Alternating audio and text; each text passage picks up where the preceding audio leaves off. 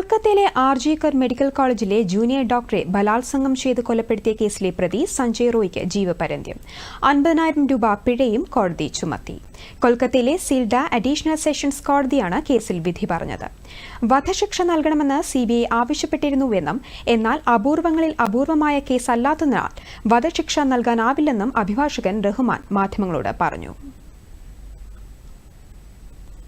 हिंदी में बोल रहा है जो आपका एडिशनल डिस्ट्रिक्ट और सेशन जज शियाला 1 नंबर कोर्ट आज आरजीकर कांडों का जो अभियुक्त संजय राय उनको जो सजा का म्याद सुनाया वो सजा का म्याद दिया.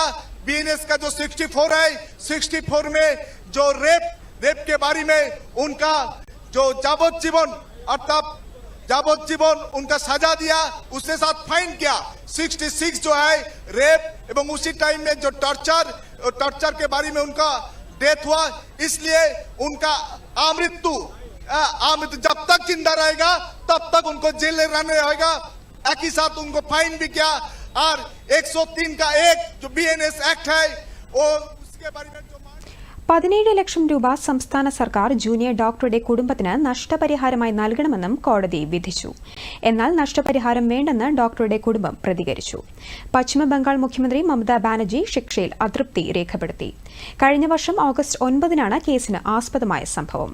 മെഡിക്കൽ കോളേജിൽ വച്ചാണ് ജൂനിയർ ഡോക്ടറെ പ്രതി ആക്രമിച്ച് കൊലപ്പെടുത്തിയത്.